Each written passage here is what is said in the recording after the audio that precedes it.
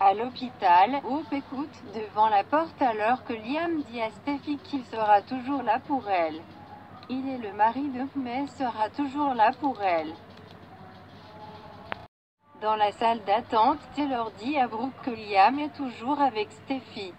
Elle va étonnamment bien compte tenu de la rapidité avec laquelle elle a appris la mort de Finn. Taylor note qu'elle semble tirer le plus de réconfort de Liam. Brooke pense que d'autres personnes devront également intervenir et rappelle à Taylor qu'il est le mari de Hope, pas celui de Steffi. Dans sa chambre d'hôtel, Sheila fait les 100 pas alors qu'elle flash sur la scène dans la ruelle. Mon beau-fils, je suis tellement désolée pour ce que je t'ai fait. Elle grimace. C'était un horrible accident, Finn. Et maintenant tu es parti.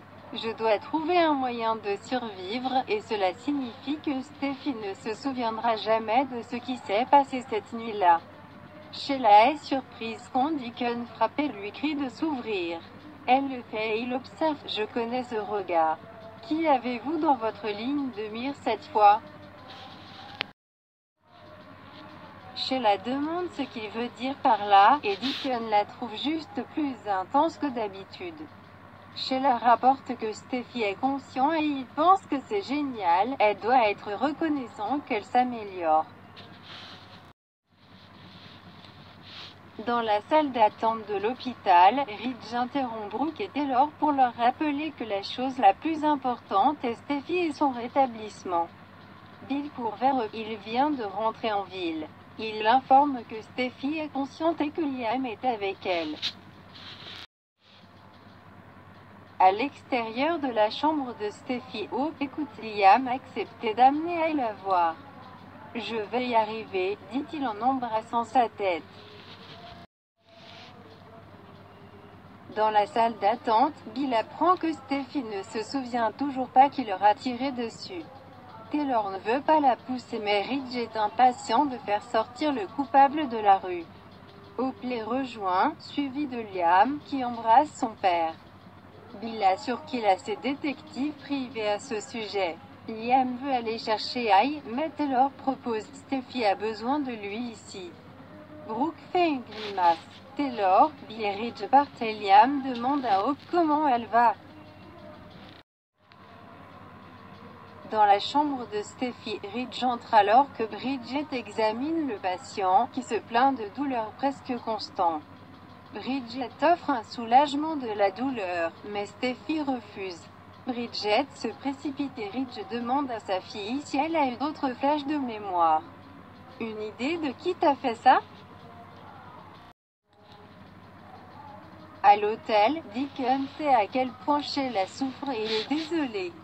Sheila n'avait tout simplement jamais réalisé que l'on pouvait ressentir autant de douleur dans une vie. Elle se demande ce que Finn faisait dans la ruelle, cela n'a aucun sens.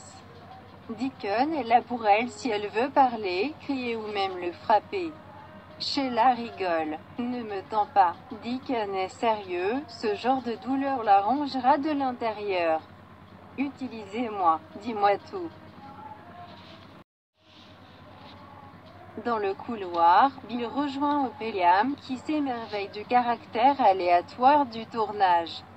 Hope baisse la tête alors que Bill dit à Liam qu'il sait à quel point Steffi compte pour lui.